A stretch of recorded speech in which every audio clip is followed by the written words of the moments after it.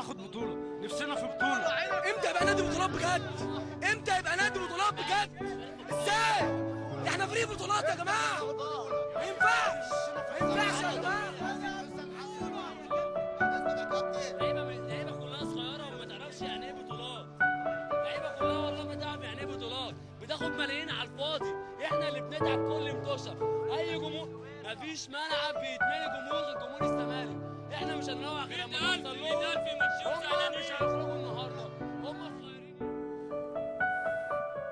على فكره اللقطات دي الناس كلها شكوى التوفيق من عدمه يعني، بس ده بجد. احنا عايزين ما توصلش الناس، احنا عايزين توصل للعيب. يعني هو الكلام ده اللي بيقوله ان بيقولوا ده معاهم احسن مدرب والجمهور مساندنا الكلام اللي احنا قلناه فعلا.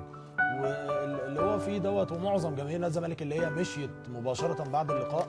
هي انا قلت مشيت عشان هي كانت في حاله ذهول من اللي حصل، لان كل الامور كانت مهيئه لنادي الزمالك انه عنده الافضليه ان هو يفوز بالبطوله.